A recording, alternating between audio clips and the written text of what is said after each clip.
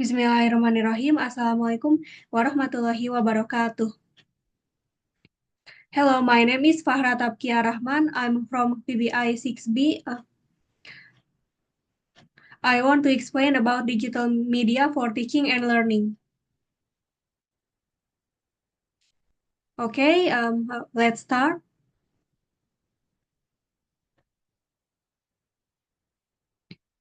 Why? In this era where everything is digital, we must also update our methods of teaching kids according to Badan Pusat Statistik BPS and Kominfo in 2024 alone, 89% of Indonesian children access the internet daily with an average usage time of 5.4 hours per day, even among those as young as 5 to 6 years old. 58.3% use smartphones and 51.2% are active online. Children consume electronic media one hour per hour. That's a lot of time actually spent, and this ranges from social media to games. So, to keep up with this, one must consider its usage in the modern era. Education should not stay traditional. Okay? How? Implementation of digital media is simple nowadays. First, we can have the students bring their own electronics, preferably laptops, preferably laptops. Or we can use computers from the school to allow the students to access and work on their assignments. On either case, once they're able to access it, there are many activities we can do to teach and allow them to learn from. Okay? The next. For example 1, there is Kazoo and Quizlet. The first, these two websites allows for students to answer questions more directly than on a paper. Immediately tells them on the results than waiting for it to be corrected. The second, Kazoo and Quizlet can also incite competitiveness among students via its trivia question and showing who's in the lead.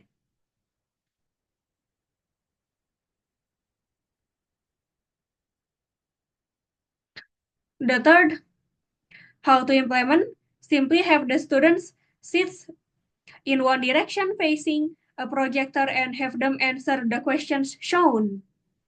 And the last one is other usage. Quizlet in particular grant teacher all sorts of tools to have different and varying assignments for students, such as flashcard for memorization, uploaded tasks, and much more. Okay?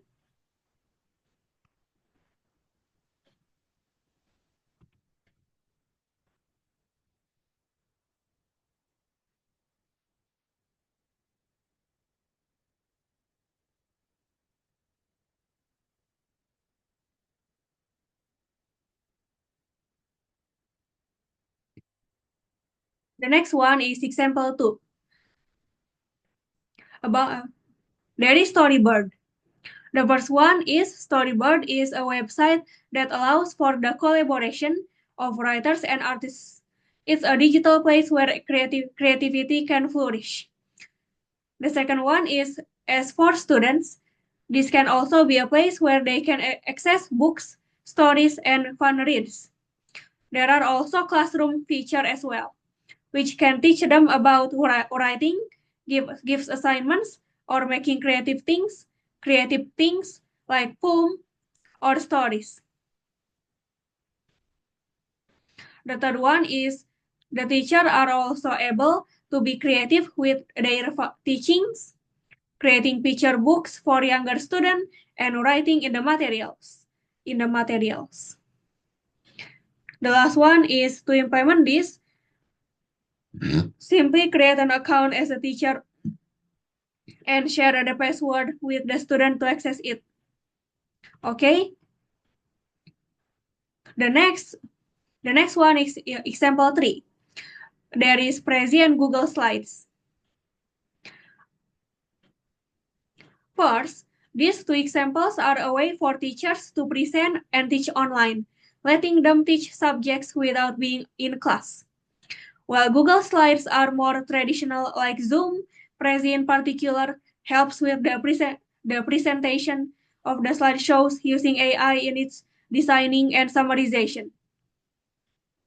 There are ways in Prezi to make the presentation a lot more engaging than simple slides.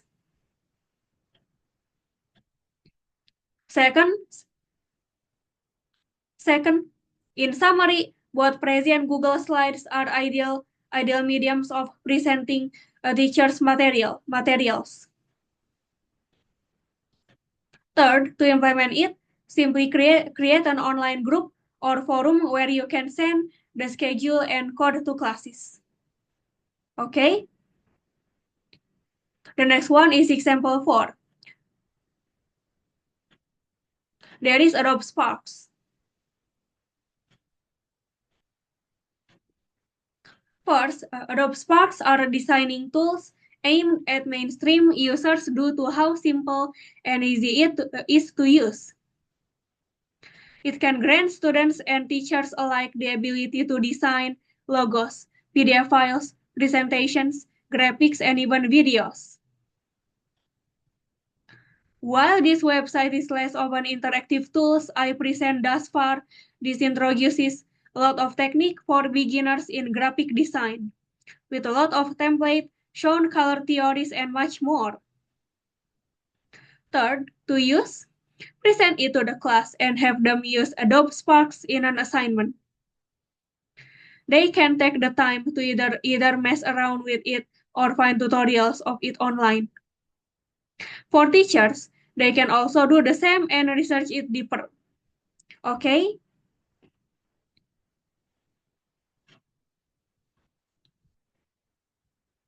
Thank you. I think it's enough for me.